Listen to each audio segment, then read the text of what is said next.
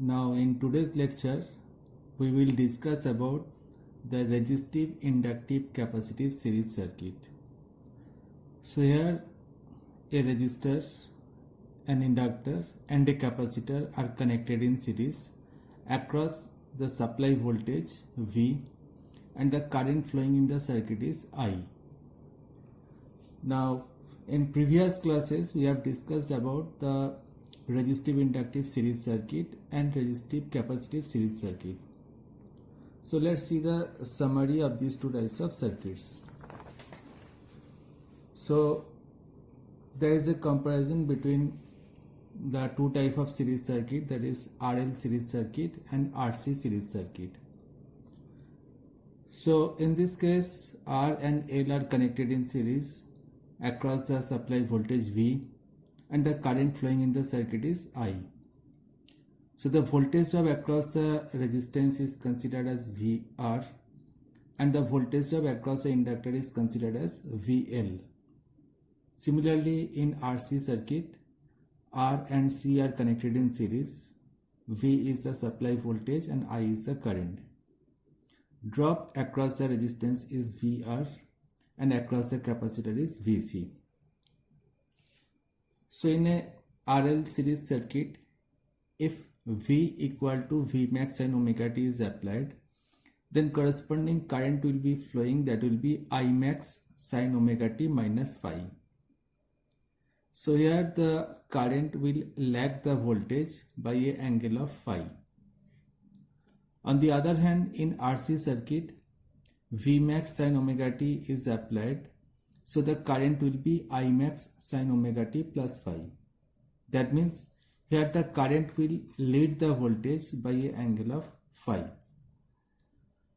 Now the relation between voltage and current, it is considered as the impedance. That means V max upon I max, or we can say VRMS upon IRMS. And this is also same for the RC series circuit. V max upon I max or VRMS upon IRMS is considered as the impedance. The impedance can also be represented in the formula Z is equal to square root of R square plus XL square in case of RL series circuit, where the value of XL is 2 pi FL or omega L. Similarly for RC series circuit, the impedance is square root of R square plus XC square, and here the value of XC is equal to 1 upon 2 pi FC.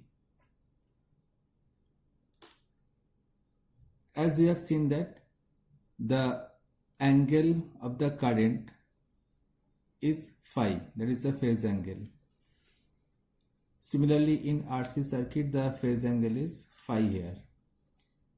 Here it will lag the voltage by an angle of phi, and here it will lead the voltage by the angle of phi. And the value of phi can be calculated as tan inverse XL upon R, that we can find from impedance triangle. Similarly in case of RC circuit, the phase angle phi is tan inverse XC upon R.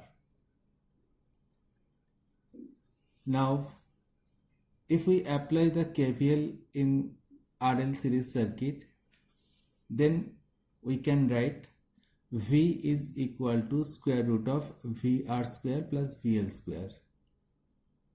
And similarly for RC series circuit, if we apply the KVL, then it will be V equal to VR square plus VC square. As we have already discussed that in case of resistive inductive circuit, the current will lag the voltage by the angle of phi, and in RC circuit the current will lead the voltage by the angle of phi. So it can be shown in the phasor diagram. So here V is the voltage along the reference line and the current is lagging by the angle of phi. Similarly in RC circuit, V is along the reference line and the current is leading the voltage by the angle of phi. Now in both the circuits, the power equations are same. The active power P is VI cos phi, or it can be also written as I square R. Remember here V and I are the RMS voltage and RMS currents. Similarly, the reactive power is VI sin phi and the apparent power is V into I. And it is also same in case of RC series circuit. Active power VI cos phi or I square R. Reactive power VI sin phi and the apparent power is V into I. Now the relations between these three powers can be written as the apparent power S is equal to square root of P square plus Q square, and this is also applicable for RC series circuit. The power factor in case of RL series circuit or RC series circuit is represented as cos phi, and it is the ratio of resistance to impedance or the active power to the apparent power, and this is also same for the RC series circuit. So these are some comparison between RL series circuit and RC series circuit.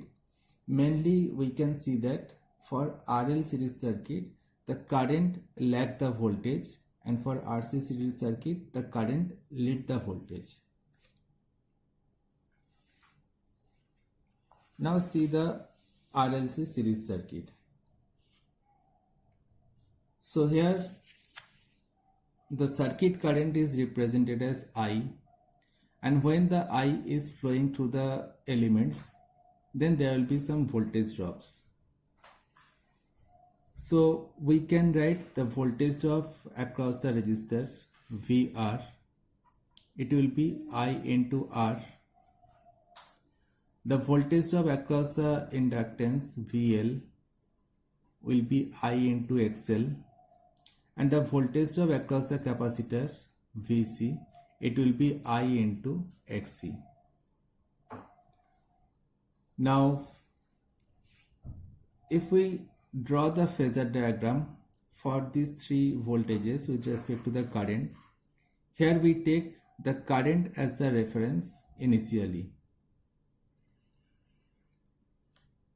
So the current is taken as the reference value, so it will be drawn in the reference line, that is in the positive x-axis.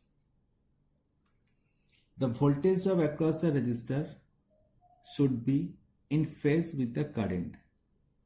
So here it will be VR. The voltage drop across the inductor VL, it will lead the current by 90 degree. As we know that for a purely inductive circuit, current lag the voltage by 90 degree. Therefore, the voltage will lead the current by 90 degree. And similarly, the voltage drop across the capacitor VC, it will lag the current by 90 degree. Because for a purely capacitive circuit, current lead the voltage by 90 degree. So here VC will lag the current by 90 degree. So now here we can see that the VL and VC are in the same axis, that is in the y-axis, but in opposite direction. So there will be three different type of condition arises. The first condition is VL greater than VC, and it will be happen when XL is greater than XC, because current is common for both the elements. Therefore, if XL is greater than XC, then the voltage drop across the inductor will be more than the voltage drop across the capacitor. In this case, the nature of the circuit will be inductive, so it will be RL type. It will be the nature of the circuit. So here the current will lag the voltage. That we will discuss later. The second condition is VL is less than VC. It will happen when XL is less than XC. That means the capacitive reactance will be more than the inductive reactance. So in that case, the nature of the circuit will be resistive capacitive type. So the circuit will behave like a resistive capacitive circuit. And the third option is if VL is equal to VC. And it will be possible if XL is equal to XC. So in this case, the inductive reactance and the capacitive reactance are equal. So the voltage drop across the two elements will cancel each other. Therefore, the net voltage of the circuit will be equal to the voltage drop across the resistance. And here the voltage drop across the resistance will be in phase with the current. Therefore, the nature of the circuit will be purely resistive type. So for a RLC series circuit, there will be three possibilities.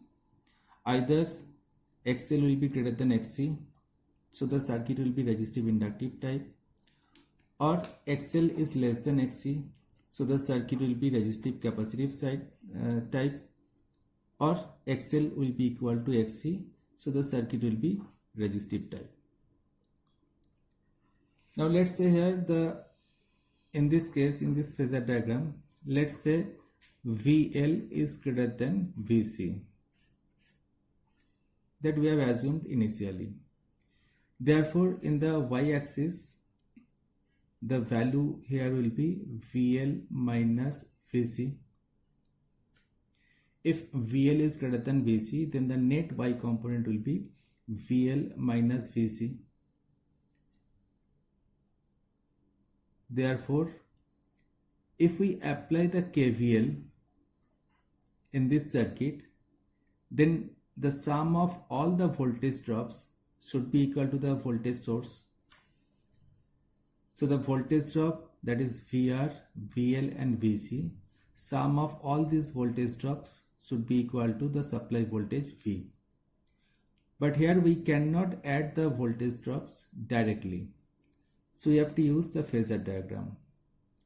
So from the phasor diagram, we can write V will be equal to square root of VR square plus VL minus VC whole square.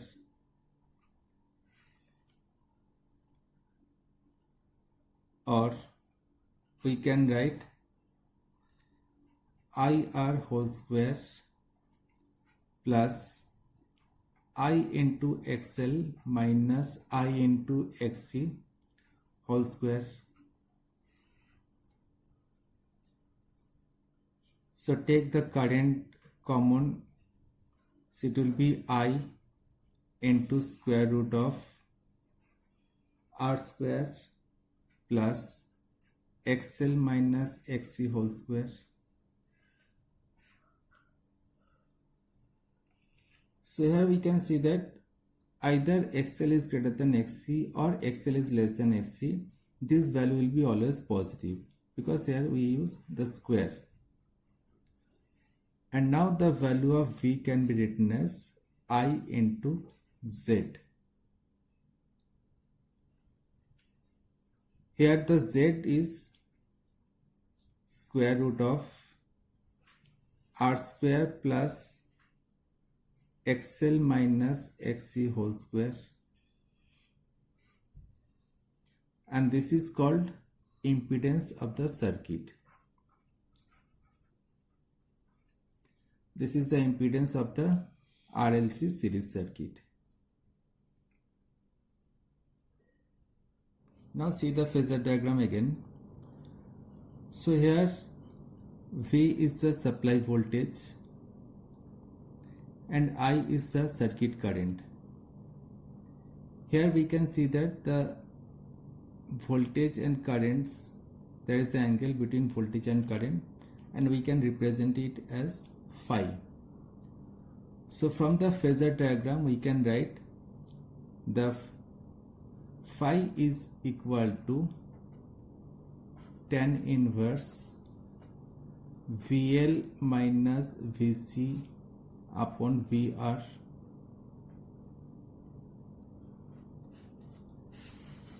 Therefore,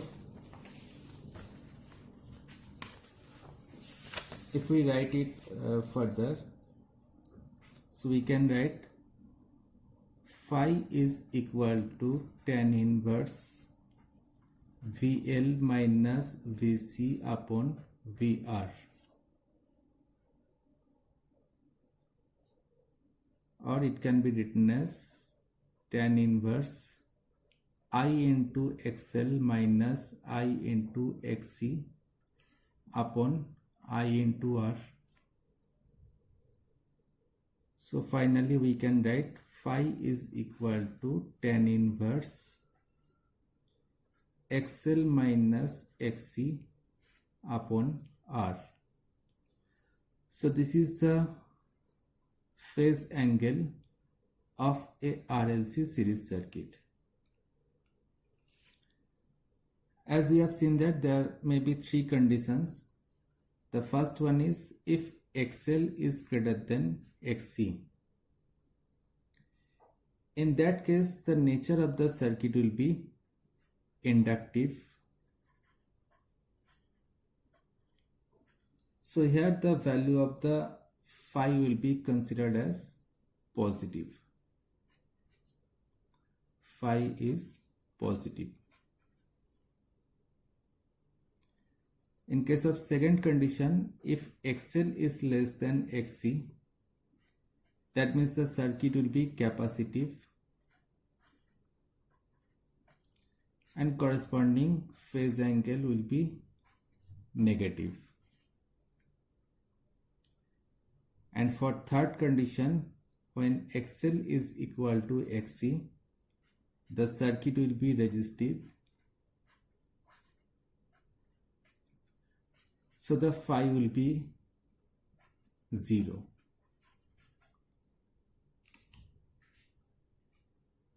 Now, if we want to write the expressions of the voltage and currents, let's say V is equal to V max sine omega t. That is the voltage applied in RLC series circuit. Then corresponding current that will flow in the circuit will be I max sine omega t plus minus phi. Here Z can be written as V max upon I max or VRMS upon IRMS.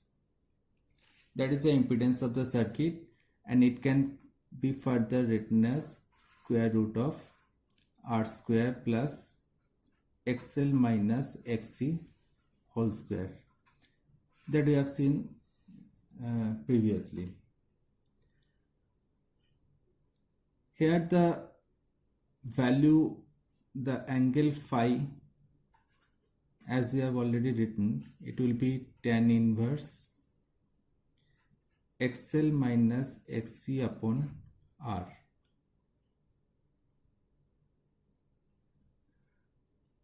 It will be positive. Here the sign will be positive when the circuit is capacitive, because in capacitive circuit the current will lead the voltage. So here it will be plus, and it will be minus when the circuit will be inductive. So the phase angle can tell us what will be the nature of a RLC series circuit. If it is plus, it will be capacitive. If it is minus, it will be inductive. And if the phi is equal to 0, that means it is resistive.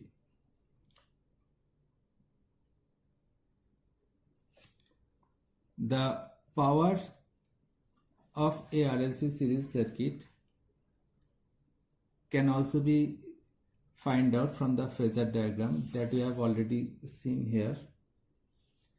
Now if we see the phasor diagram further, here I have drawn by considering VL is greater than VC. Now if we consider the three conditions, that is, if XL is greater than XC, then the phasor diagram will be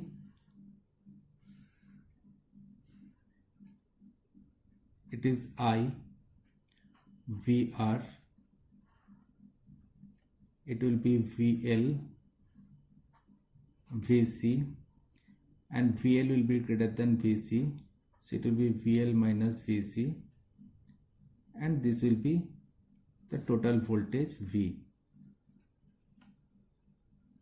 So this is the phasor diagram when the XL is greater than XC.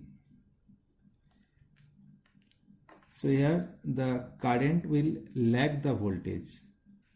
If we take the phasor diagram by taking voltage as the reference, if we draw the phasor diagram by taking voltage as a reference, then the current will be lagging here by the angle of phi. So this is when XL is greater than XC.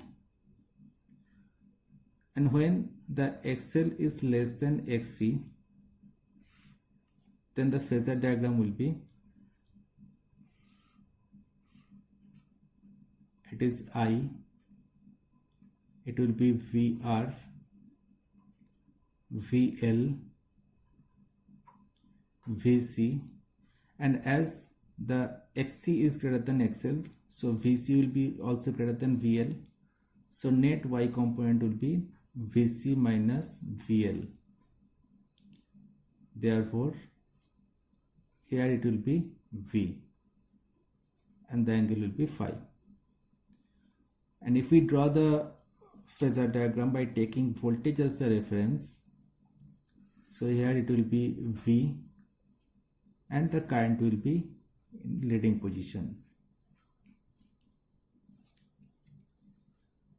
And in third case, if XL and XC is equal, if XL is equal to XC, then the voltage and current will be in phase. So it will be like a purely resistive circuit. Next is power and power factor of a RLC series circuit. As we have already seen in case of RL series circuit or RC series circuit, here also the power formula will be same. That can be calculated by the instantaneous voltage into instantaneous current. So it can be V max sin omega t into I max sin omega t plus minus phi. So after solving this, if we calculate the average power, it will be again VI cos phi. That can be calculated from the phasor diagram also. Therefore, in case of RLC series circuit, the active power, that is P, will be VI cos phi, or it can be also written as I square R. The formula is same as that of RL series circuit or RC series circuit. The active power is also called as true power or real power. And as we know its units is watt or kilowatt or megawatt. Next is the reactive power.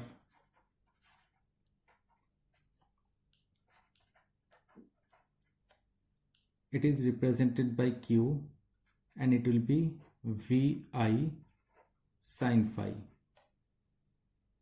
and its unit is volt ampere reactive or kilovolt ampere reactive or megavolt ampere reactive. And the third type of power is called apparent power.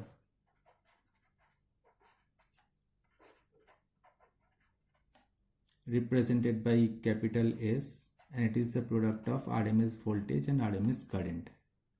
The unit is volt ampere or kilovolt ampere or megavolt ampere. Like previous two circuits, here also the relations between P, Q and S can be written as S is equal to square root of P square plus Q square.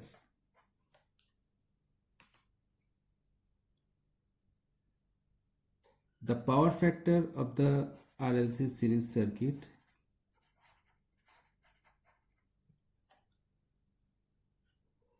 is represented as cosine of the angle between voltage and current, or it can be written as the ratio of resistance to impedance, or it can be written as ratio of active power to the apparent power.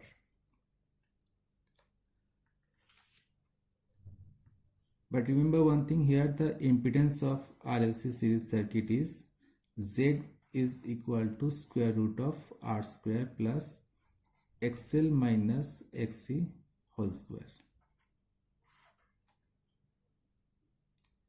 Rest of the things are exactly same as you have seen in RL series circuit or RC series circuit. Thank you.